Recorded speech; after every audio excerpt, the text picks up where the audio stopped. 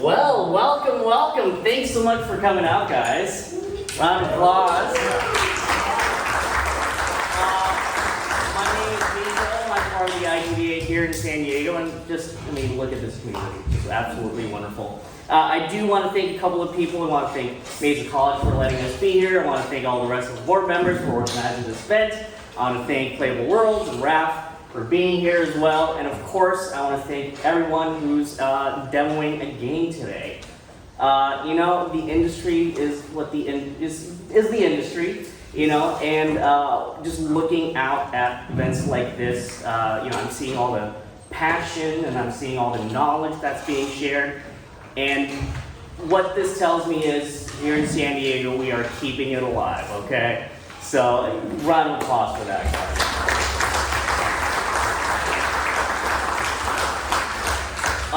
So, without much further ado, here to give a talk about the history of online worlds. He has been making games for 35 years. You might know him from designing Ultima Online, Star Wars Galaxies, Wedding, A Theory of Fun. Yeah, Brooks! He's been named by GDC as an online game legend. Now he is with Playable Worlds, making an MMO called Stars Reach. Please put your hands together for Raph Koster. Thank you so much.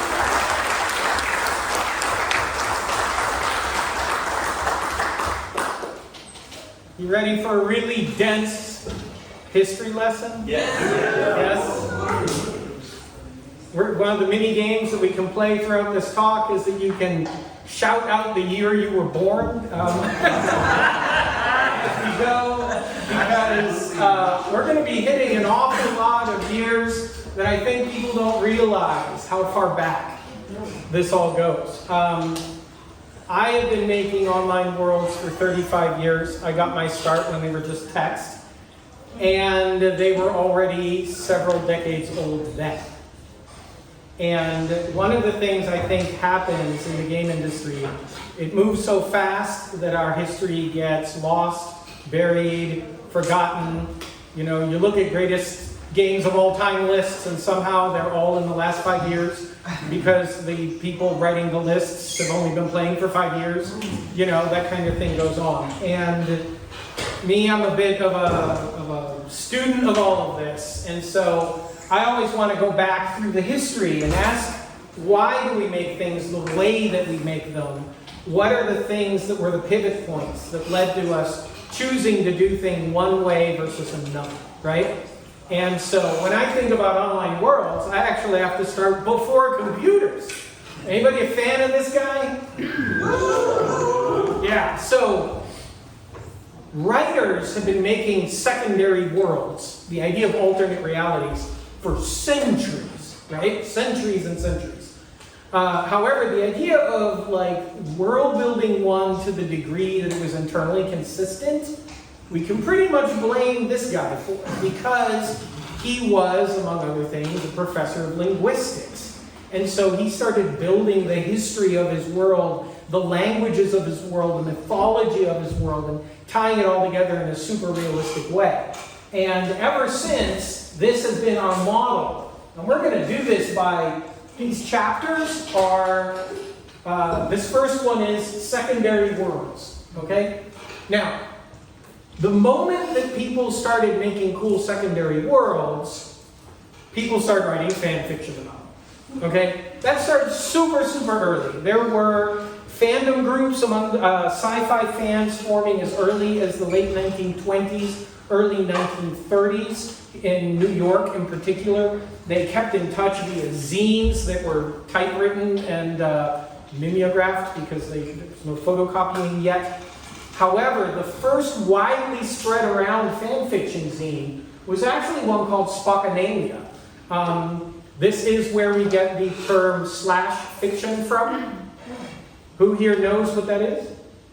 How about shipping? You know what shipping is? Okay, so /fiction comes from Kirk/Spock shipping. Okay? And it is the origin of LGBTQ shipping in fanfiction, pretty much. It all comes from Star Trek. fan fiction is the first time that players got to really play in an alternate world, right? So we wouldn't have online worlds without fan fiction. This is your first moment of participation. Now we gotta remember, even with all the zillions of video games that we make today, for 99.9% of humanity, games have been multiplayer. Single-player games, prior to sometime in the 1970s, consisted of solitaire, chess problems, stuff you made up, right? Like, games are multiplayer kind of definitionally, historically. Computers are really the thing that allowed us to make true single-player games. And until a certain point, games ended, right? So most multiplayer we can think of today as being session-based multiplayer, right? You go into a game, you play it, and then it ends, right? Computers enabled single-player games to do new things. The early computer games were all multiplayer because there wasn't enough CPU to write an AI to play as an opponent. So if you go look at the earliest computer games, your Pongs, your Tennis for Twos, your Space Wars, you couldn't play against a computer. You were playing against another person. So the first time we saw that networked, which is a crucial piece of online worlds, was 1969. I'm still not born yet. This was done by a guy named Rick Blom, and he is networking. This is on a PvP-11, I believe. He was networking a game called Space War, which is sort of a proto-asteroids with a gravity well in the middle, and it's really hard to play. Highly encourage everybody who's interested in the history of video games or learning to be a game designer, get yourself a full MAME install and play the games chronologically, oldest to newest. It is a great way to learn. You will come across this in your first, few days. All right, so alternate worlds, session-based multiplayer. Our third key ingredient is going to be the role-playing game, invented by. No! By Dave Arneson, the late Dave Arneson, who's a much nicer guy than Gary. He's the one who really took what had existed with existing miniature tabletop rules. There's a whole line of history there that I'm not going to trace. That has it's a fascinating story. Basically, think turn-based strategy with miniatures going back through Kriegspiel, which was used to train actual military. H.G. Wells, yes, that writer guy, was a huge proponent. He proselytized it everywhere. Fans of that turned out to be part of that sci-fi fandom in the 20s and 30s and founded the first government think tanks. It's a really weird history, but anyway, Blackmoor was the first real role-playing campaign because they added fantasy rules first. And then people started role-playing in it, and Dave said, okay, you can keep doing that, more or less. But the big thing that this adds isn't just the idea of being an alternate person in the game. It's also that now, for the first time, we have what we might call a persistent world, right? We have a campaign instead of just a session, like in the previous column. So now players could actually live in this secondary world. I'm born by now, because I was born in 71. No, 71. All right. Few people realize just how old esports are. This is the first known esports tournament. It was a Space War tournament held on a campus, probably at MIT. So there you go. It's really much older than people realize. This is going to matter because we're going to come back to this competitive line over and over and over again. All right. There was, believe it or not, a university-based system with plasma screens that could only draw orange called Plato that about a dozen campuses were connected to in the 70s. And Plato today is mostly forgotten, but it was the place where many, many folks first really got to play online games, and a huge amount of Plato pioneers ended up in the video game industry. Plato is where a lot of this happened. Plato is also where most of the tropes of the internet got invented, including the idea of real-time chat. There were proto-forums called notes files. And of course, email was already a thing because the internet at this point was already a decade old. Okay? So it's just nobody but like the military could get it. So early versions of instant messaging, forums, multi-user chat rooms, all of these things were popular on Plato, even in the early 1970s. Role-playing really started booming, of course, with this. And now you can say Gary that guy, right? Now, Dave and Gary worked together on this stuff, right? But Dave was the RPG guy, and Gary was the let's add more tables into the DMG guy. So D&D really popularized and set a template for what the RPG was. And for better or for worse, we still use classes. And we still, I hope they're insured. We still have classes, we still have levels, even though systems like GURPS and others came along pretty quickly that said maybe those aren't the best way to build an RPG, we're stuck with classes and levels. I'll tell you right now, I think they aren't the best way to build a persistent world RPG, but that's another day and another time. All right, now we get our next big genre. Empire came along on Plato as early as 1974. This game had real-time networking, which meant that your keystroke lag was only 10 seconds. So, turn-based, real-time, what's the diff, right? This was the birth, and there were a whole bunch of these, by the way. These games were usually hosting no more than a dozen or so people at a time, right? It was very, very laggy. You could watch the screen redraw in real time, right? Because the instructions for the graphics were being sent over the wire. Sort of the GeForce Now of its day, right?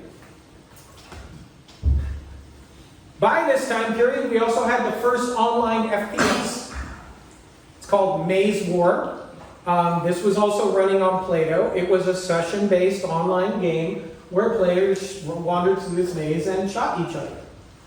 So, take that, Carmack.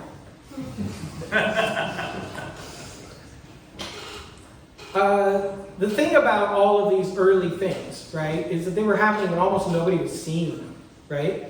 That doesn't mean that people who weren't forward-thinking folks weren't seeing the way that technology trends were going and anticipating what might come. And so the first real science fiction treatment of what we would think of as the internet was actually written clear back here in 1975 in this novel called Shockwave Rider by John Brennan. It was the first fictional description of what would, within only a couple of years, be called cyberspace.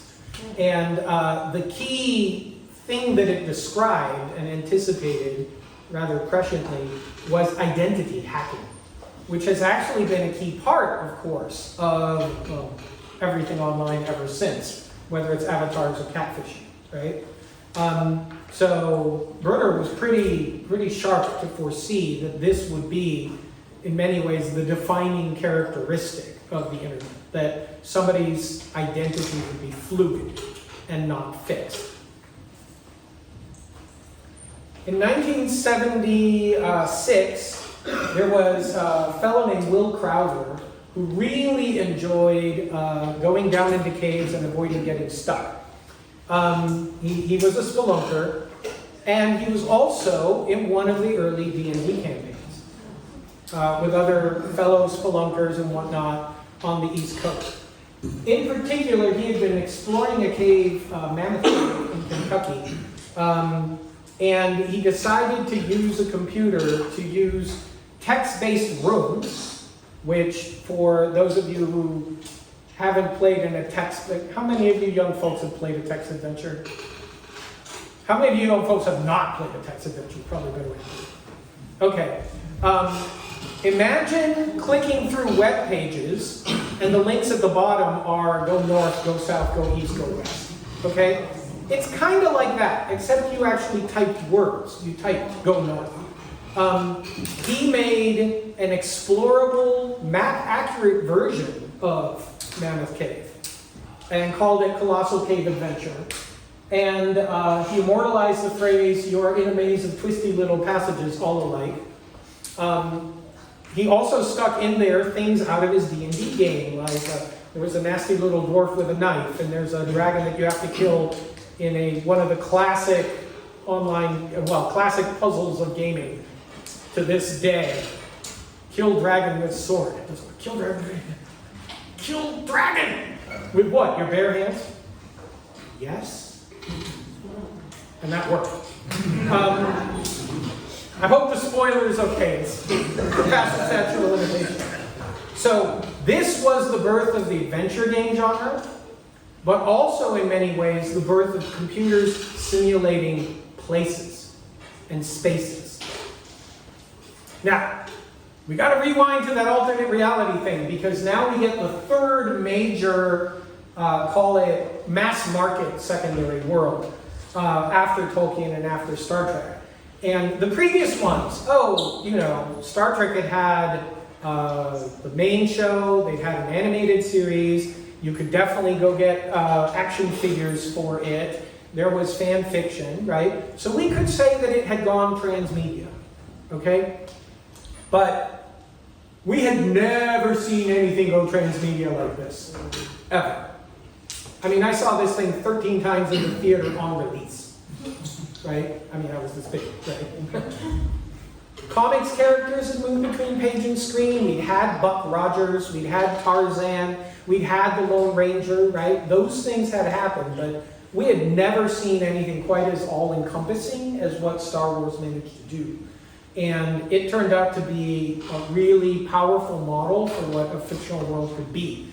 In part because it had a lot more world to it. Like, Buck Rogers, Flash Gordon, Lone Ranger, the world was not highly developed. Star Wars, people started immediately just blowing it out. There was expanded universe stuff and all of this. And it became the model for what an alternate world could be. All of this goes into the stew when a couple of students, Roy Trubshaw and Richard Bartle, they were students at the University of Essex, which meant that they were not from the upper crust of British society. They had the wrong accent and all of that.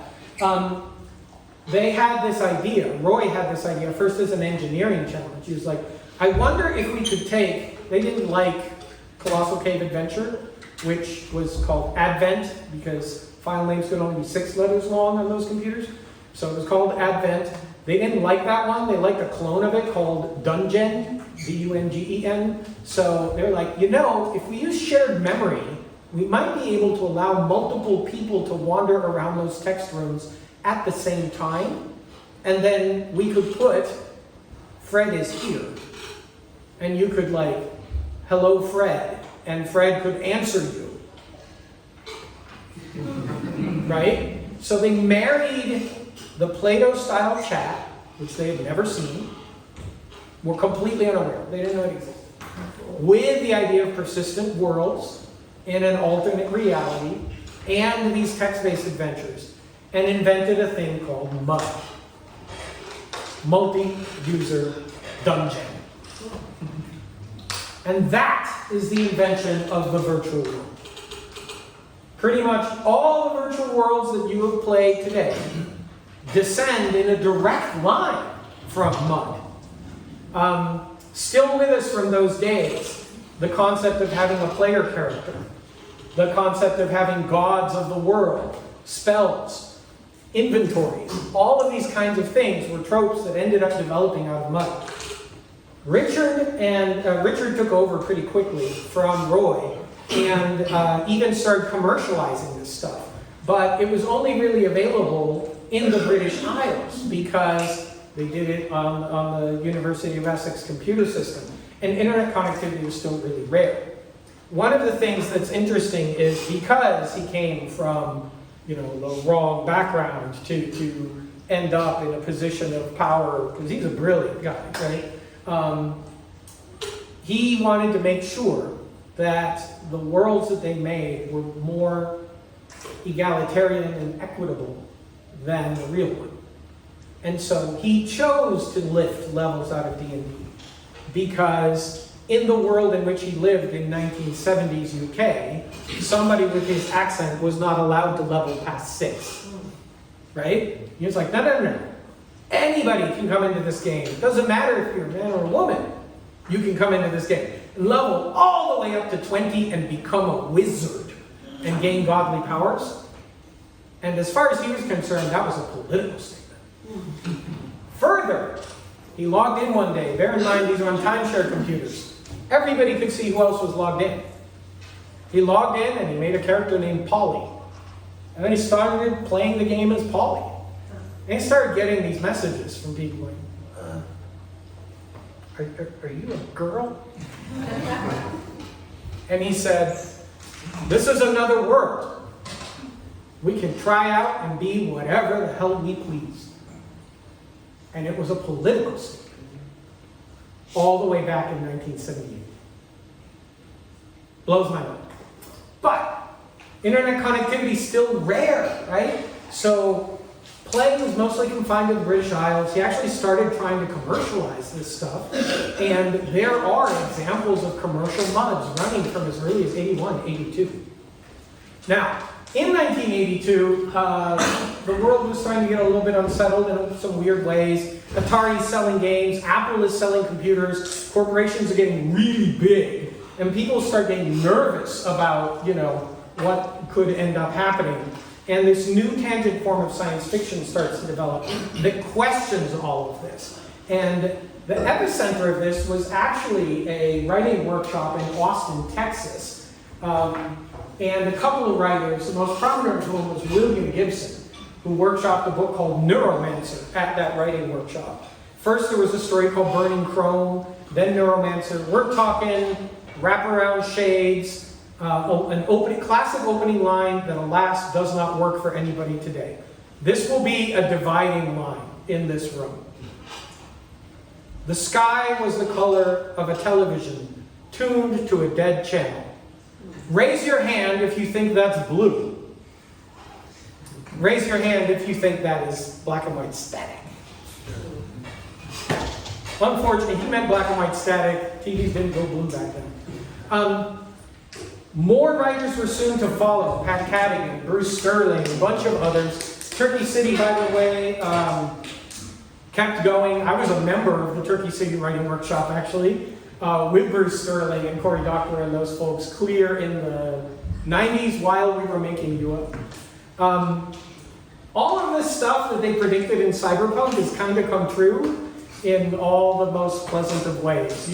Constant surveillance by giant corporations, controlling what you think, even down to the wraparound stupid shades, right? Like all of that's here. All the things they warned about the government coming in and tracking down the hackers. There was a famous incident in 1987 called the hacker crackdown. Bruce Sterling wrote a book about it. They actually raided Steve Jackson Games. Yeah, the guys who make Munchkin. They raided them because, among other things, the hacker culture and the phone freak culture of people who could hack the beeps on phones. If you hack the beeps, you could play back beeps on a cassette tape and dial long distance for free. Stuff like that was going on. So the FBI actually raided these guys with just egregious violations of civil rights. And it was the first battles against hackers between law enforcement and the hacker community. All right, BBSs started to flourish. People couldn't get to the internet, but they could dial up to a local number where somebody had left their Commodore 64 on an open phone line. And that Commodore 64 could handle running a few very simple games. Some of those included early online-ish RPGs that you could play.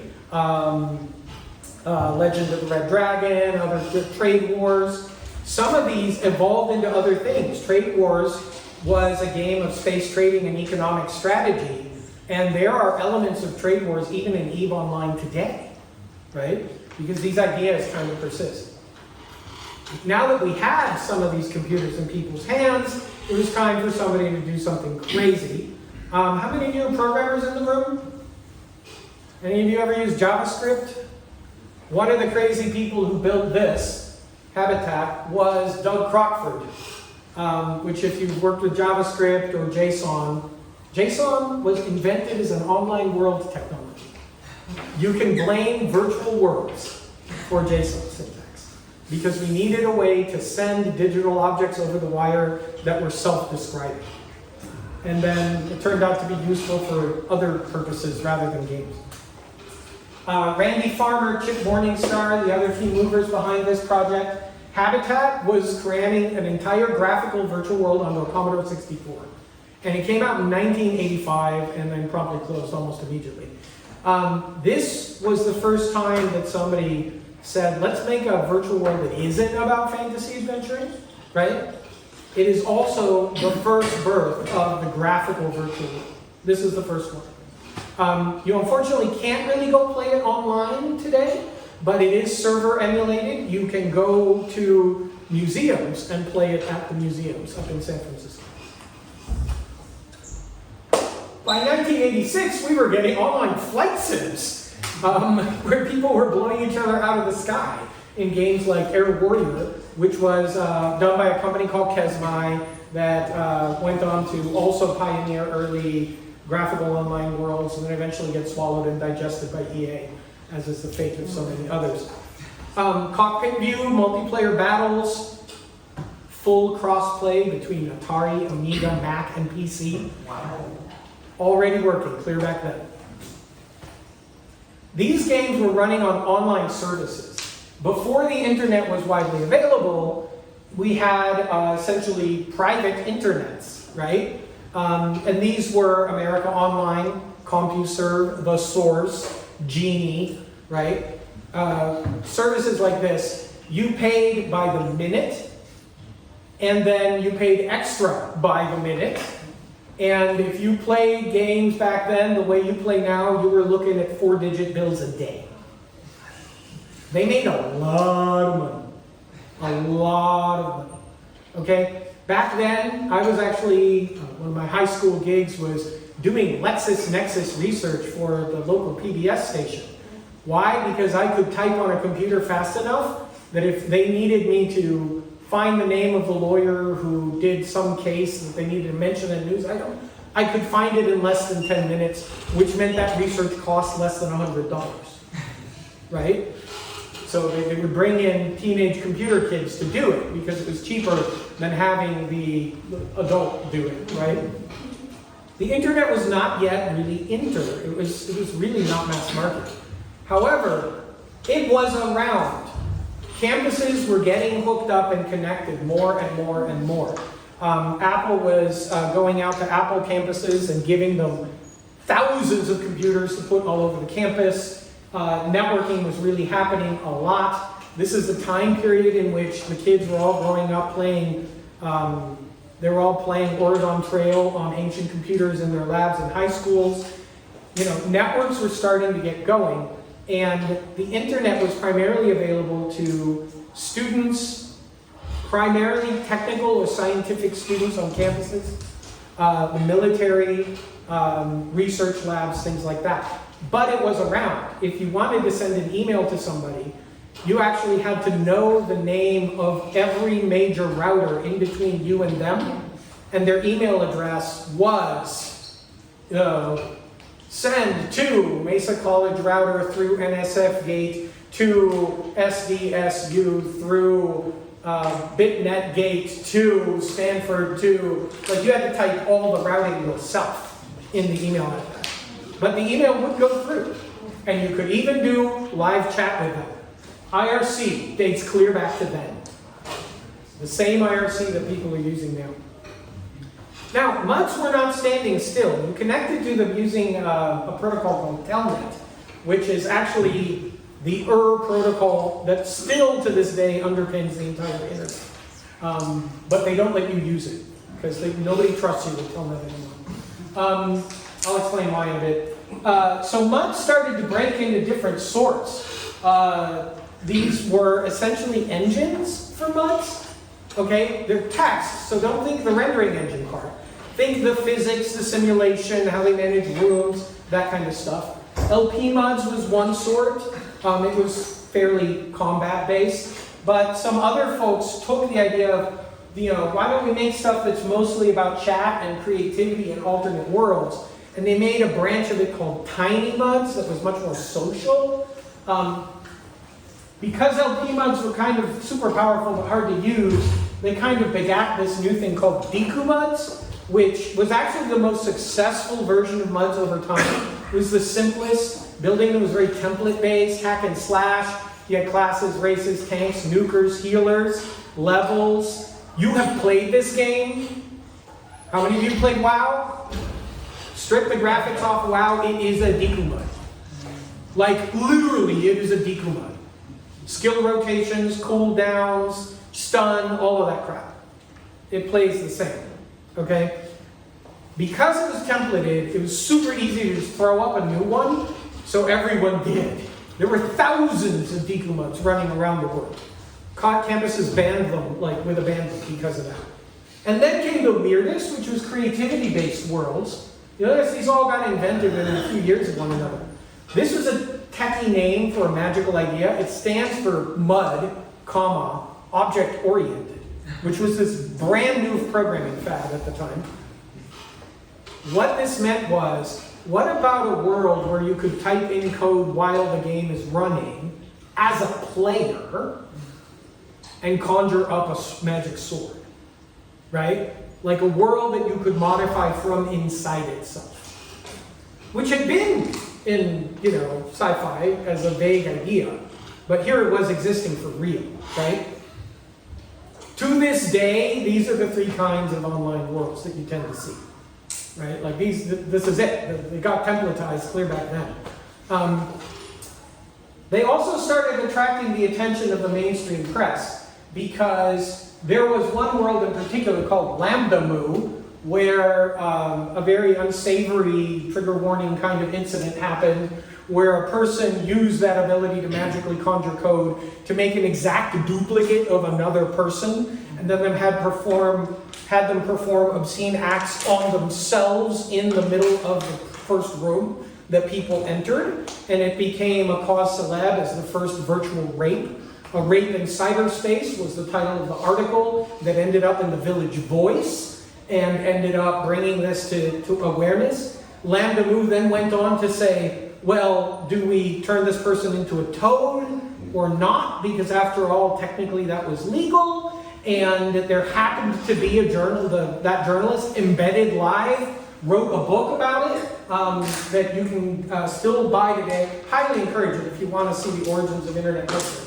This led to the first doxings, people getting fired for things that they did in an online world that only had 100 players. That led to them declaring the first virtual democracy. The admins abdicated, said from now on you can run the world yourselves. It lasted less than 6 months before it all went to hell. I mean, ground zero for a ton of internet culture. But that wasn't all. People invented combat games that mandated roleplay. You were required to submit an application to be able to play this game. And if your character wasn't described up to standard, they just wouldn't let you in. So think of it as almost like online LARPing with full PvP. And this game that almost nobody played, but which is one of the most important games ever made, because this was a MUD that experimented with the idea of simulating stuff. You could actually grow a crop in this MUD. You could buy a building.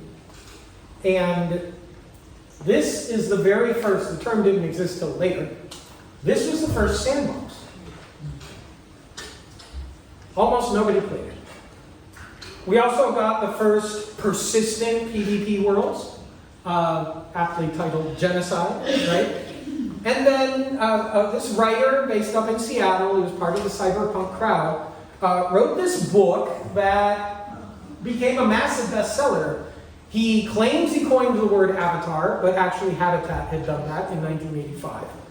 And suddenly everybody was talking about virtual worlds, even though nobody could play them because they weren't around. The metaverse First came operational in 1992, right alongside Snow Crash. A little earlier than you thought, right? It was really simple. All this was, a bunch of LP muds said, why don't we make it so that if you walk through this exit on my mud, it automatically logs into that other room on your mud. And they hooked a bunch of them together. So it wasn't just a metaverse, it was better than Roblox. It was a distributed user-owned metaverse in 1992. It didn't click then either.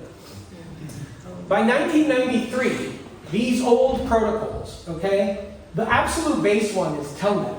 Open a socket to another computer and type some text into it.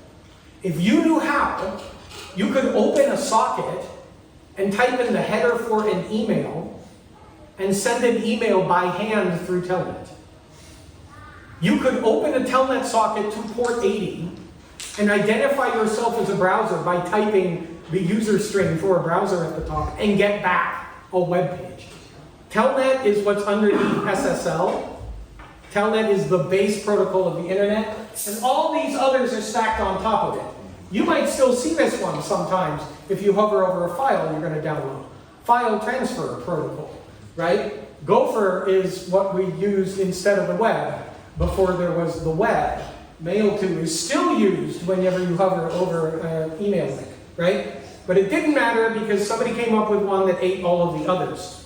Hypertext transfer protocol. And then, boom, all the others died. It took about 3 years, but they all died.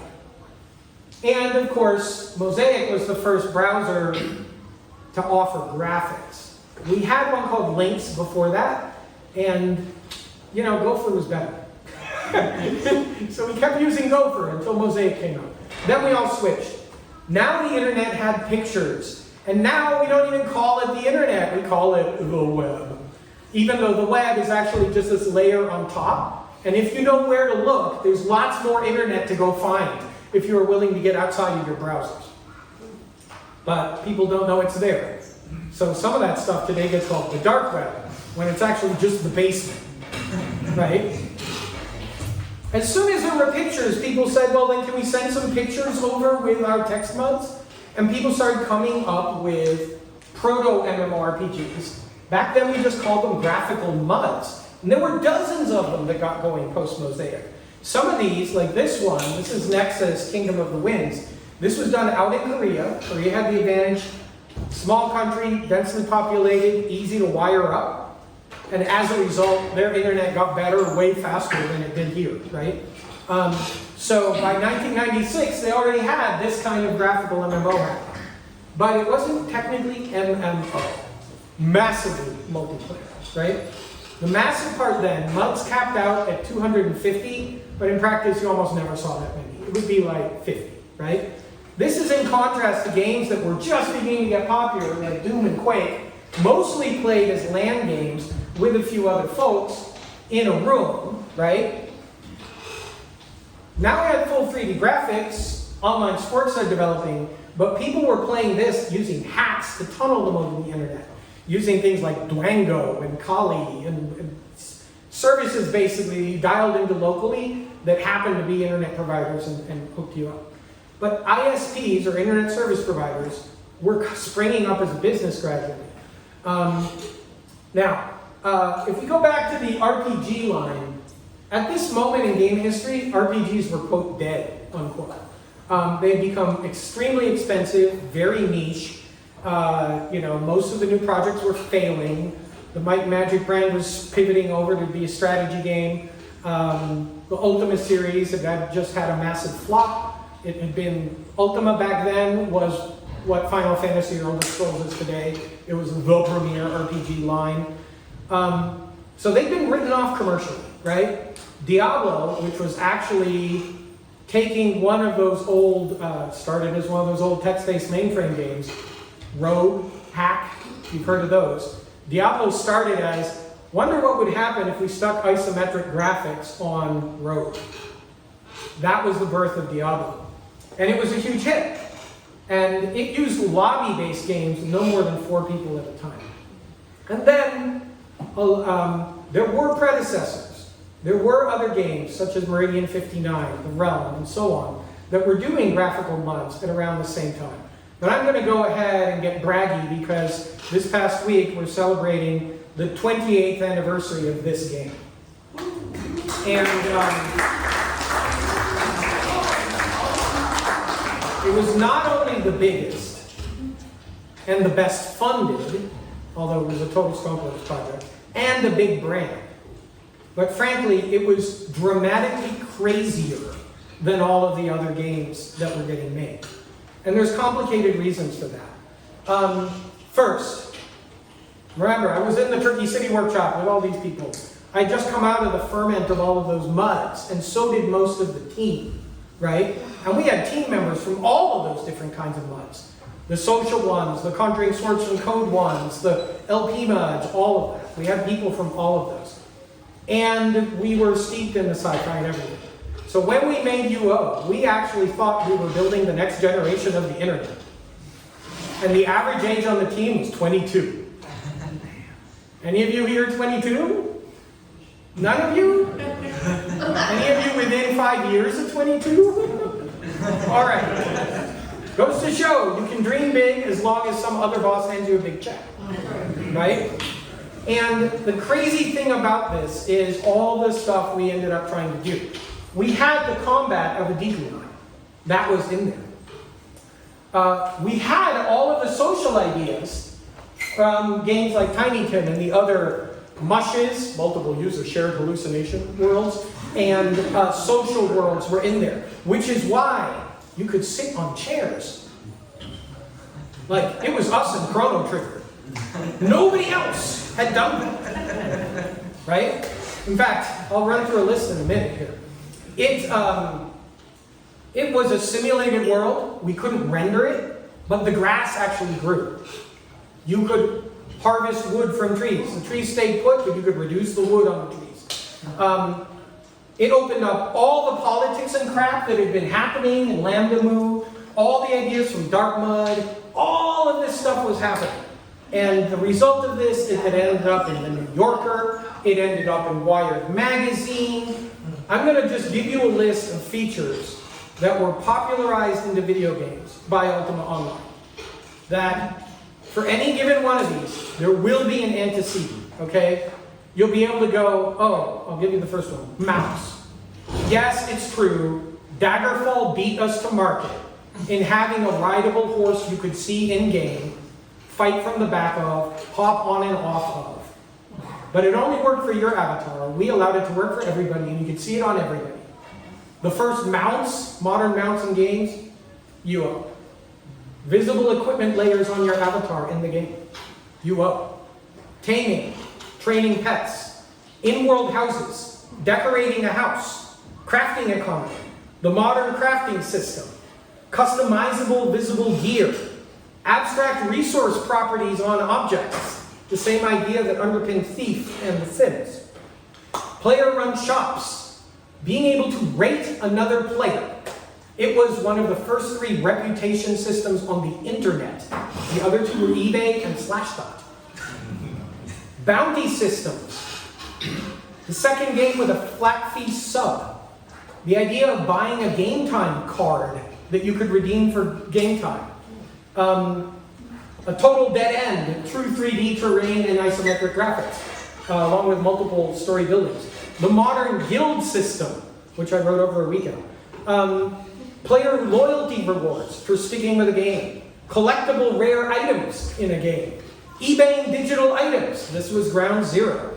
The birth of gold farming happened here because eBay was there. At the time, it was a site for selling Pez dispensers. And then a castle went up for sale for $1,000. Concurrency in a game larger than 250. UO supported 2,800. And the awful acronym was coined to explain the difference between that and Meridian 59. Massively multiplayer online role-playing game. MMO. It got shortened almost immediately. Live in-game storytellers. Player-owned ships that you could sail. The first worldwide deployment of a VPN so that we could run servers in Europe. Community managers. as a job. Dynamically spawning points of interest in the world, in-game jails, in-game player-written books, and finally, because of a discussion on the Mud Dev mailing list, it's my fault. I said, well, we really built UO more as a sandbox than as like a theme park full of rides. And that was ground zero for the term.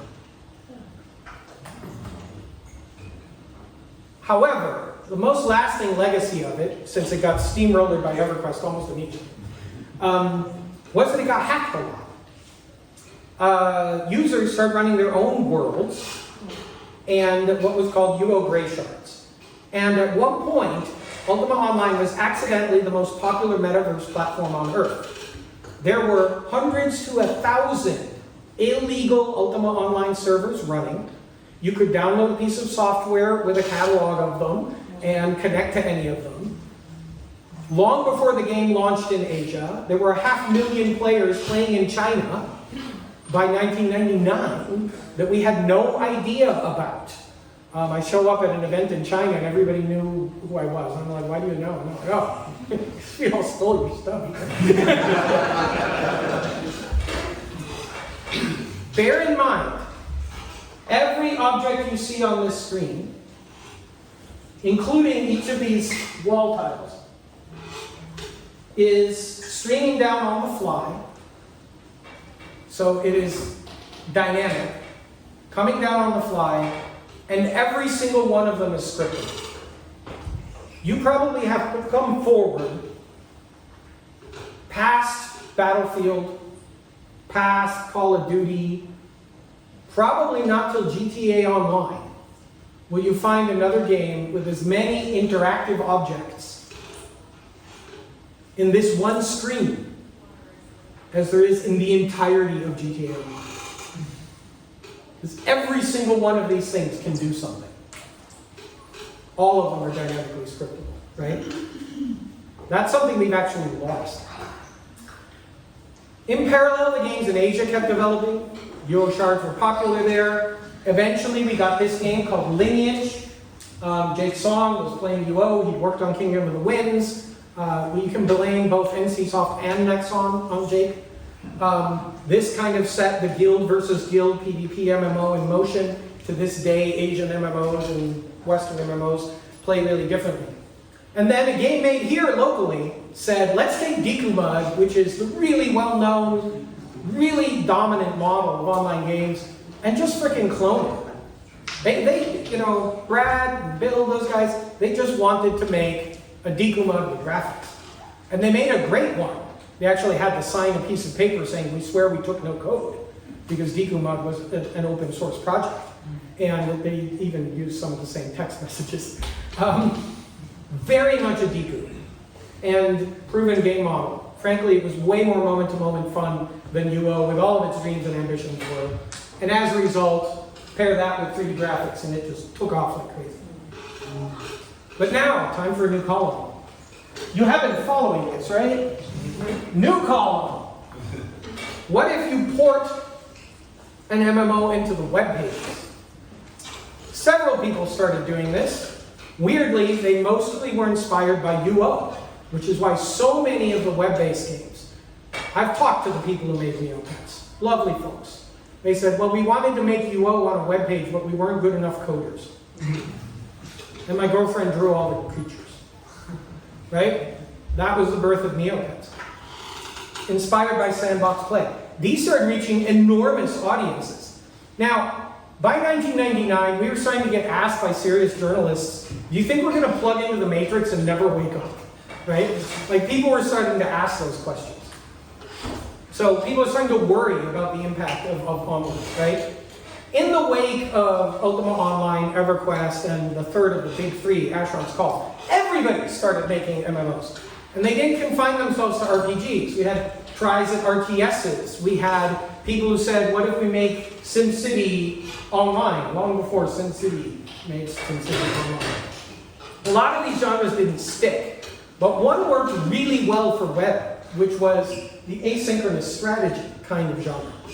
There were dozens of these. that popped up all over the web. It took a little while for them to really click because it would take a new platform for them to really, really work. Nobody had invented the smartphone yet. And that is where that genre really flourished. We started getting the notion of what about a secondary world that intersects with the real world? This was the birth of the alternate reality game. First with the I Love Bees marketing campaign for the movie AI, and then Majestic. People started saying, what if we put sandboxes on the web? RuneScape was born as a UO clone running in Shockwave. Huge audiences. But people were saying, what if sandboxes can't be successful? Because there were a lot of high-profile disappointments, right? The Deku model clearly made more money and players had more fun. Sims Online was on the cover of Time, but it couldn't make back its budget. There was a backlash against huge crowds. Neverwinter Nights instead allowed individual players to run micro servers, so they could each run their own little D&D games with just friends instead of, which is basically the private server movement of today, right? A couple of folks who were modding RTSs came up with this idea of modding an RTS into a MOBA, and we got a new genre. And it took a long time, but somebody finally did build a new MOO called Second Life that explicitly wanted to be a metaverse. It was also explicit, but less said about that the better. And they actually did release open source versions of their client and their server. And to this day, you can hop around open sim worlds. MMO FPSs, getting the latency down enough was a huge challenge to allow people to shoot each other in the face, right? That was really, really difficult. Also pioneered right here in town with PlanetSide at Sony Online. There.com started doing essentially the same old kind of social world.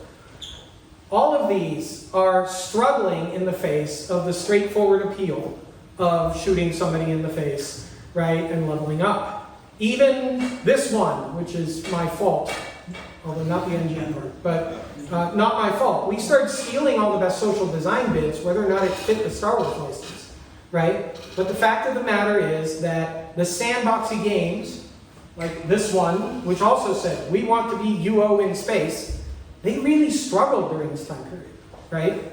The straight up things where you just killed monsters and leveled up were succeeding. And projects like Worm Online, where you had to literally build the entire game yourself, starting with dirt, were having trouble. They weren't accessible enough. They were too hardcore because their features were fashion, farming, crafting, and item trading. Clearly way too hardcore of a feature set. Kids' worlds, however, started booming. They were mostly combat games. In Toontown, you shot corporate cogs in the face to defend cartoons. It was a Deku mud, right? But Kids Worlds got to be extremely popular. People weren't paying much attention, but Kids Worlds were racking up tens of millions of users long before mainstream MMOs were. And then came this thing called Facebook. And all those social worlds just kind of went flat. Because turned out the world was in the way of chatting. It was easier to just chat. Along came the answer to the mass market MMO. The regular gamers showed up. It turned out that the secret to being a mass market MMO was user-made to game license, handhold players all the way through, and have a higher budget than every other online game preceding it combined. That's how much they spent on getting it off the book. Made it much more of a game and less of a world, but it worked. Pretty graphics finally started opening up this market, right? By 2004, we're getting games like Trade-In. Web pages are pretty enough, responsive enough. You can have the web-based PHP strategy game. This would find its ideal home on Facebook, right? This style of game. Console games started becoming MMOified, right? Cartrider in Korea, because of long-standing history between Japan and Korea, you couldn't really get a hold of game consoles. So Nexon started cloning famous, let's face it, Cartrider is Mario Kart, right? They started cloning console games, and then they had to go, how do we can't stick a sub fee on Mario Kart, so how do we make money since people only play online PC games in our country? And their answer was to rip off the gold farming idea and start selling the gold directly. And this game is the birth of microtransaction business model, right? And that is why it happened. For a while, you couldn't turn around without seeing kids' worlds. They were absolutely everywhere. And even ones that people today forget were once upon a time kids' worlds from that time period, such as this one, which was actually part of a different boom, the web-based virtual world boom, all of which died in the 2008 crash, except for Roblox, but which all aspired to be the metaverse. But then something like Twitter comes along, and it's like, why do you need a metaverse if you have Twitter, right? So what we started seeing was the gradual dismantling of the old ideas. We get looter shooters, which are basically like lobby MMOs. We get kids games that are basically like lobby-based card game MMOs. You know, people take the World of Warcraft art style, and was actually an ex-UO developer who was on the original team, and he helped out some of the other guys, and they made this thing called League of Legends. It got really popular. Social media let you have these async games, you know, this is just a fancier Travian. And in fact, it was former MMO people who built Farmville. In fact, former Sandbox people. The people who had been in that web-based virtual world metaverse boom built that. So social media really pushed asynchronousness. And from here on out, the changes get few, right? Like I'll be able, I've got 3 minutes, so I can show you just barely a couple. Streaming. The main innovation here is that now devs make less money than the players do. But literally, this is the first innovation in chat in 35 years. Because Discord ain't it. This is the most important MMO of the last decade. Because it didn't just create survival games. It's the closest thing to a whole bunch of people running MUDs. 3 generations of virtual admins have grown up running it. And a guy from Worm Online was one of the people. That Dotch came from Worm Online. So the MMO thing there. We, of course, you know, we can look at Hunger Games leading to Battle Royales, Clash of Clans, Minecraft starts turning into survival games. You know, here we're in a realm that all of you remember, right? Even you who are within 5 years of time. Yeah. More survival, less surviving in the survival. Roleplay didn't die. Kids really want to roleplay. But if you ask the industry, roleplay is niche. Even though kids will roleplay cops and teachers in these games all day. There was a programmer who tried making an MMO twice. He made Game Never Ending and it didn't work, but it had a cool photo sharing feature. So he rebranded it Flickr and invented photo sharing. And then he made another one called Glitch that was really cool and it wasn't successful. So he pivoted that too and he took out just their collaboration chat system. And we call it Slack. He's a billionaire now, but he's a failed game designer. Sorry, Stuart. Looter shooters turned out to be the thing that works for console. Discord is frankly just IRC again. We have too many ways to chat now and they're all the same.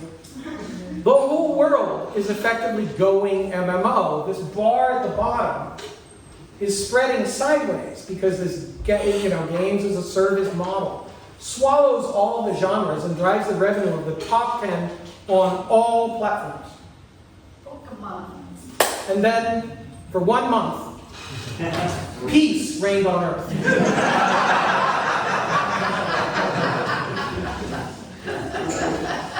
It turns out that MMOs drive the majority of the hours of usage until Gorilla Tag on all VR headsets. And of course, there's a case to be made that Pokemon Go is the first MMO augmented reality, right? People finally cloned Hunger Games into a game, lobby-based, session-based, not an alternate world. but we get Battle Royale, and that's pretty much our last genre, right? Like, there have been other online games since, but has anything really changed? Has there been a true innovation, right? The thing that I really want people to have as a takeaway from this talk is that so many of the ideas are old. And so many of them are ones that still have currency, are still things that people dream of, are still the shining city on the hill, that when we think of, wow, my game of the future, it looks like the ones back here, right? There's some sense in which your world might be 30 years old or whatever, but it still feels like it's 30 years away, if that makes sense. Because the metaverse dreams, they just won't die. Except that we might end up in a cyberpunky situation where we are completely beholden to some corporate master for it instead. So, here's my takeaways for you as you think about game making, right? A lot of the hot genres are ancient. That's one of them. Big hits are built on top of old hits. Some things just don't change. Chats, the same. Doesn't matter that you can embed more GIFs in Discord, okay? Whatever. MMOs are swallowing everything because you can put every game genre in an MMO. You cannot do the reverse because an MMO is not a game. An MMO is a virtual alternate world. And you can put as many things as you want in some alternate world. I'm sure somebody has, in some fevered fan fiction, stuck Fortnite in their Tolkien fanfic. Right? It's gotta be, because everything's out. Pure social might go flat, but these dreams just won't go away. And it is amazing the degree to which people have the same misconceptions over and over again. They think sandboxy gameplay is inaccessible because there's too many things to do. Even though farming, fashion, crafting, and decorating houses is, I don't know, 80% of the entire mobile game market today. And why somebody would say that the activities in Minecraft are inaccessible. Watch out whenever somebody says, well, but that's not a real game. They're always wrong. Always. It got said about every single one of those. Right? And of course, MMOs are dead. As a marketing term anyway. But history says they're probably just getting started. Thank you.